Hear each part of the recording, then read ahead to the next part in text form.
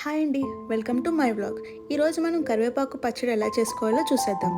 ముందుగా కొంచెం ఆయిల్ని పాన్లో వేసుకుని అది బాగా హీట్ ఎక్కిన తర్వాత ఒక టేబుల్ స్పూన్ జీరా, కొన్ని మెంతులు, అలాగే 2-3 టేబుల్ స్పూన్లు ధనియాలు, అలాగే 5-6 ఎండుమిర్చులు వేసి బాగా ఫ్రై చేసుకోవాలి. ఫ్రై చేసుకున్న మిశ్రమాన్ని ఒక పక్కన తీసుకుని చల్లార్చుకోవాలి.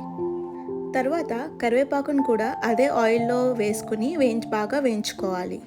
తర్వాత మిక్సీ జార్లో మనం ముందుగా ఫ్రై చేసి పెట్టుకున్న వాటిని తగినంత ఉప్పు, అలాగే తగినంత చింతపండు, అలాగే కొన్ని వెల్లుల్లి రెమ్మలు కూడా వేసుకుని బాగా గ్రైండ్ చేసుకోవాలి.